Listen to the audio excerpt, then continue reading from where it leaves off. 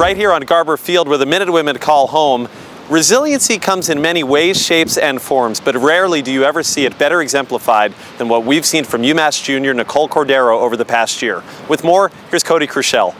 It was one play, a seemingly routine corner last year during the final weekend of the regular season at Westchester. Nicole Cordero lined up just as she had hundreds of times before. I flew and I was actually out of the way of the ball, but the girl went to hit and I just put my stick down to block it like I normally would, and the ball just went right into my throat instead of straight forward. It was a 180 right up into her throat, and I will never forget her looking, kind of searching for something in her eyes. She was so scared and I just froze. I couldn't move, and I'll just never forget the look in her eyes. It was completely terror, and I was completely struck where I was. Video of the play doesn't exist, but Cordero's injury was life-threatening. She underwent surgery at a Philadelphia area hospital and was eventually placed on a feeding tube, unable to speak. While Cordero's teammates rallied behind her on their way to an Atlantic 10 title, she began the recovery process. Probably for like a month straight, I just laid in bed just because I needed to allow my airway to heal. And they had obviously done a lot of surgery on that, so I think I started walking around with the help from my mom after about a month, which was really nice. And then I think a month and a half into it, I was able to get around on my own.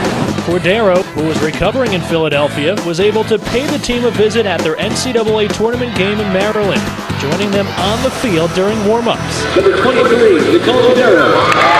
I was obviously really, really excited and really happy for them, but it's definitely bittersweet because you always want to be a part of that success. And I was a part of it, but on field, I would have liked to have been a part of it. But I mean, the fans supported me. I know there was one game where there was a 23 sign, and all the girls wore 23 on their shoulders after that happened. So it was kind of like I was still there.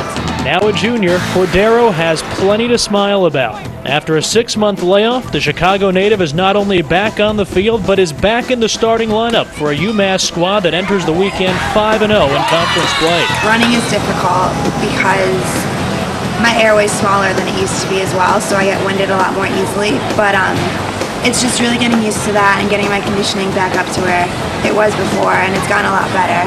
She is probably one of the most inspiring people I've ever met. She's laying in a hospital bed and she's saying, I want to play. When can I play? And that's hours after her surgery. So that just kind of speaks volumes about the kind of person that she is and the kind of athlete that she is. And this is what she loves to do. Field hockey is what she loves, and she's done everything in this process coming back to be able to play field hockey again. It's obviously a privilege, and people say that all the time. Justin used to tell that to us all the time, and I was always just yeah, okay. But it really, really is. I easily could not be here today, and it's just I love field hockey. I love playing it, so it's just amazing that after all that, it's been such a short amount of time, really basically just a year, and I'm out playing Division I field hockey again. It's really incredible. For UMass Sports Insider, I'm Cody Crushell. It's an amazing story. Nicole Cordero is hoping to lead the Minute Women to what they hope is another Atlantic 10 tournament championship and NCAA tournament berth. We wish her and the team the best of luck.